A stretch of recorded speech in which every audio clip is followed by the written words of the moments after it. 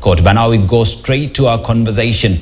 And the world continues to experience different issues when it comes to the environment. Now, climate action continues to be a global conversation that is being spearheaded with the sole purpose of making sure that we correct the past mistakes and change this tide.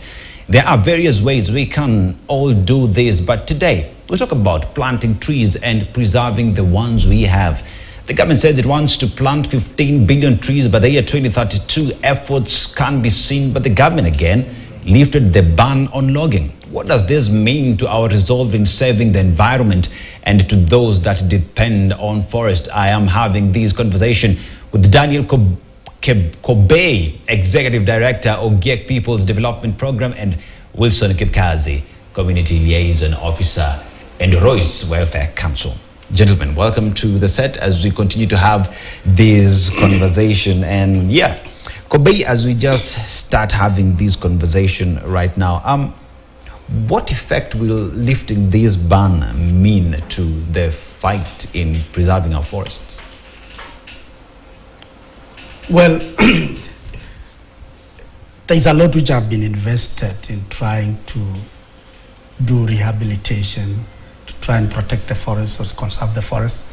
But when we start lifting, it really contravenes, or rather makes it very difficult to do what the intended purpose for the lifting. And you know, the time for trees to grow, it doesn't grow in 2 days or 3 days. It takes a bit of time. And maybe around 7 or 10 years does not make that the trees are now big enough to be harvested. And for us indigenous peoples, especially those who depend on forests, we were seeing a lot of great support that now we have a lot of things being achieved as far as, especially for those who planted indigenous trees. Like my organization of GEC People's Development Program, we had started rehabilitating and planting trees, and mostly indigenous trees. And when you start logging, you cannot tell people to be specific on what to log, whether it is indigenous or these other exotic trees. So that makes a big, because you cannot, when you say you have lifted a ban, you didn't specify which ban. And it will affect the cover, the tree cover, and especially the indigenous trees, because people are logging cedar and they put it in the cover of cypress. So half of it is cedar and then half of it is cypress. But what you can see on top is cypress. So this will affect a lot of indigenous trees, which take long to grow. Kipkazi, take us through what this means to the people that you represent, the people who come to you saying, we have a problem and we need this sorted. Yeah, for the Royce indigenous community, we've been victims in the past. We lost Mochongoi Forest. And when we lost Mochongoi Forest, we lost livelihood down in the lowlands, around Lake Bogoria, and generally in Baringo, the low parts of Baringo. Reason, the trees were a windbreak to the clouds and created rainfall. And therefore, we were seeing some regeneration of trees, and there are some areas which had been preserved for forest cover. But unfortunately, when the lifting was done by His Excellency the President, it was like allowing people to rush into the forest. Some did charcoal burning, and it was a real disaster. And when you try to question, then they say you are allowed by the forest guards or the forester to do it.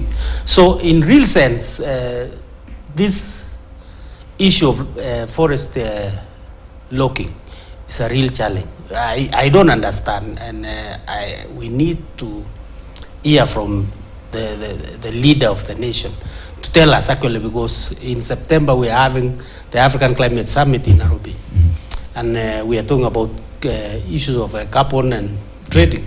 So where will he get the trees to harvest the carbon for money? So these are the challenges that we are wondering where we are heading, because as my colleague has said, this both exotic and indigenous takes very long. Yes. to grow to be trees, to be of meaningful value to the people. But when you start harvesting now, in fact, I don't even know whether we will achieve the 30-30 we are talking about in terms of forest cover. Forest cover. Yeah. Now, Kobe, let's talk about the Ogiek community who solely depend on forest and trees. When people get into these indigenous forests and cut these trees, that means your source of food, how you get to survive on a daily basis. What is the challenge that Kenyans out here don't know on what this means to you? You can just tell us.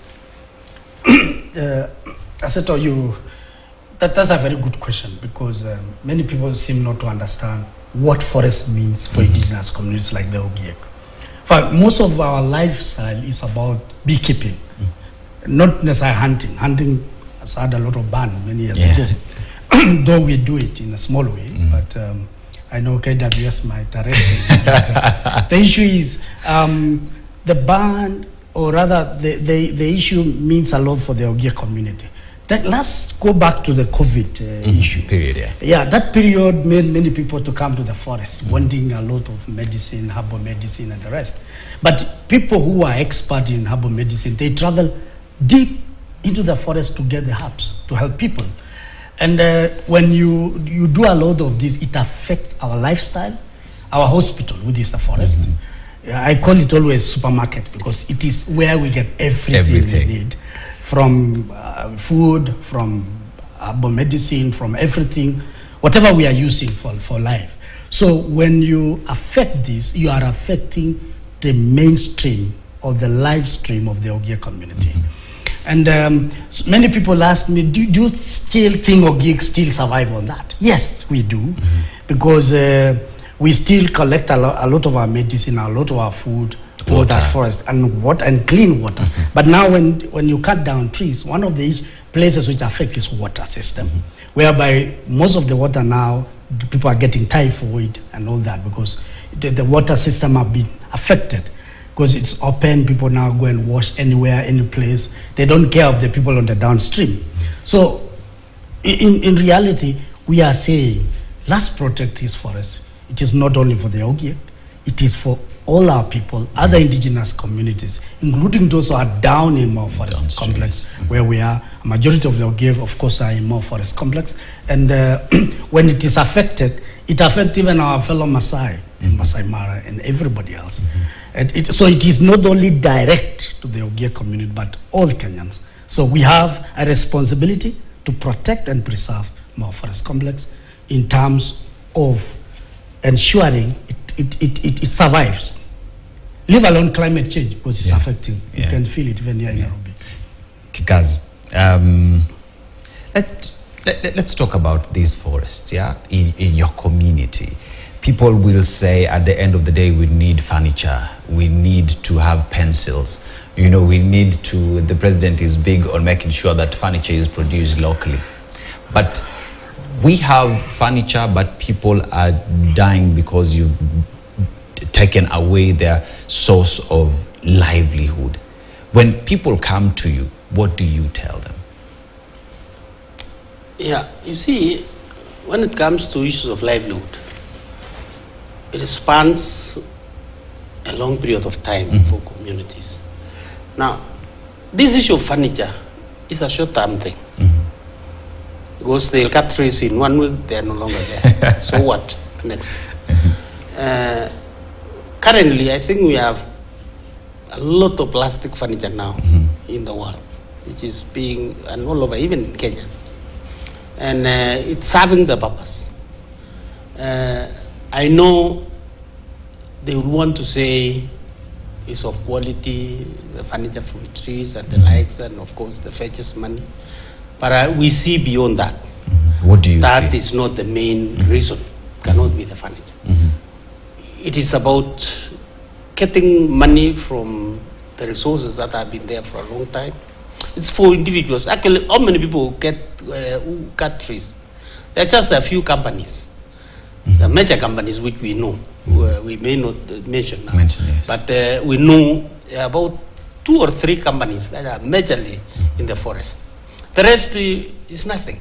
If they were saying we want furniture, then they should have allowed the communities also, both the adjacent communities and the communities living in the forest to benefit from it. So they cut the trees and sell. But they are not allowed. They come with big machines and they destroy the whole thing, including biodiversity, that's the undergrowths. And especially now, for instance, in Baringo, let me speak of Lembu's forest, Yes. where they invaded the other day. The guys who are not cutting the exotic trees, they were cutting both indigenous and exotic trees, of course. But they were majorly on the exotic. And the exotic is the main stream catchment areas for two rivers that makes the people along the lowlands of Baringo, Barkara River and Molo River. Okay, now gentlemen, let's talk about the fact that we have had courts in this country, courts in East Africa and Africa, making decisions on the rights of indigenous people when it comes to protecting their environment. And we know that court orders have been given and even reparations have been given, have been directed to be given to these communities. But implementation becomes a bit tricky in this country. Why is it so difficult for the government to give these reparations as directed by the court? Thank you. I hope, I'm happy that there's always speed when it comes to some very government court issues. Today, there was a breaking news about the finance bill, and that should be implemented.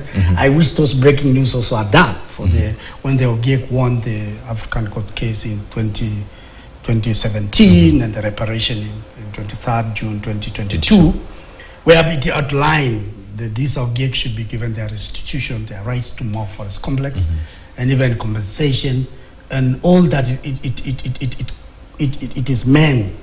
And now, above all, the OGEC to be involved in everything, including even non-repetition of any eviction to be done in Mao, which sometimes it happens. We witnessed in 2020. These court cases, it meant our rights, and Kenya is a signatory of the African Charter, and it is their right for these communities to be given their land rights or justice to their land.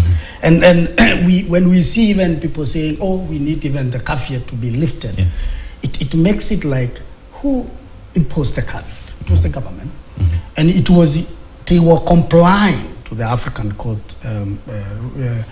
issues or rulings that they should not do, they should provide caveat, and then that the OGEC should be given. And above all, as an OGEC community, we need community land so that we can protect our environment and ensure that there will be no end. Because in that, when we get that community land, we will have proper zoning, where to be farmed, where to be amenities and all that. So this court ruling, including from the enterprise community in 2009, and the African Commission on Human and People's Rights, where they are given right to Lake Bogoria and the rest. And in this case, these communities need, but it is unfortunate.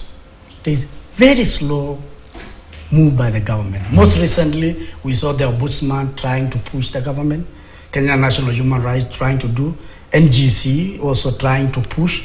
But the mainline ministries, like Minister of Environment, Ministry of Lands, they are still like in the periphery. They are not trying to help in ensuring, because why should the OGEC be in court every now and then and be seen always, oh, OGEC are having land issues, have problems with land and all that. The government should move with speed, really, in implementation. We want to do development like other communities in Kenya and stay in peace and not always be seen on issues of land and violation of our rights in Mao. Makipkazi, in 2009, you also got a court ruling that also had similar demands. And when you keep requesting the government to make sure that the court order, which hence is the law, is implemented, what's the difficulty and what does the government tell you?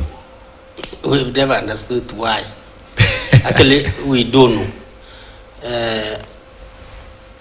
Last week I was in the AG's office and nobody refuses anything and nothing happens. So that's where the challenge is, because we don't know who is holding the decision to implement the ruling. Because I don't know, Probably it could be political goodwill or something, but still, it is a decision that has been made by a court that the government of Kenya is signatory to the protocol. And therefore, they should always respect what they signed for. What we are calling as indigenous as communities, and specifically, is that they should respect these decisions. Because we've been waiting. Now it's 13 years since the ruling was done. Nothing. You write a letter, nobody responds. You go to the office, they see you, they say, wait, we'll come back to you. Nobody comes back. So it's a real challenge, but still we are optimistic that government will respond to these issues with the speed as required, so that they help us also to engage in development matters like any other society. And now, gentlemen, as we wind out, question that I want you guys to respond to is, I want each of you to speak to Kenyans on the importance of these trees, because someone would say, I don't see the need of these trees, I don't understand the science behind it. But being that you're the people that live with these trees, take care of these trees, and the trees equally take care of you, speak to Kenyans in a minute. I think what I can tell Kenyans is that first, trees are beautiful, really. It's very interesting for those who have never had a chance to visit the forest and do a bit of excursion in the forest. I think it is a great thing, it's a big resource, both for climate change and for the beauty of the country. And I know most of you always say, oh, food security and the rest. The trees and the forest helps to protect and preserve and help in food security. What I'll tell Kenyans is they understand that nature is life. Without good nature, then we have all these challenges, the diseases and everything, lack of water, lack of clean air. And given that it's known and it has been researched and scientific that trees consume carbon dioxide, which is a threat to human life. Yes. Therefore, my talk to Kenyans is that you destroy the environment at your own peril for now and the generations to come. Yeah. It is not me saying that. It is the gentlemen who love trees, because trees is their source of life. And the challenge to you is, what are you going to do about it? Because the trees are a source of water, they consume carbon dioxide and makes your environment a better place to be in. My name is Dennis Aseto. This conversation continues, and Planet Action will be coming also to talk about this issue. But for now, the decision lies for you. Destroy it at your own peril. Enjoy the rest of your viewing.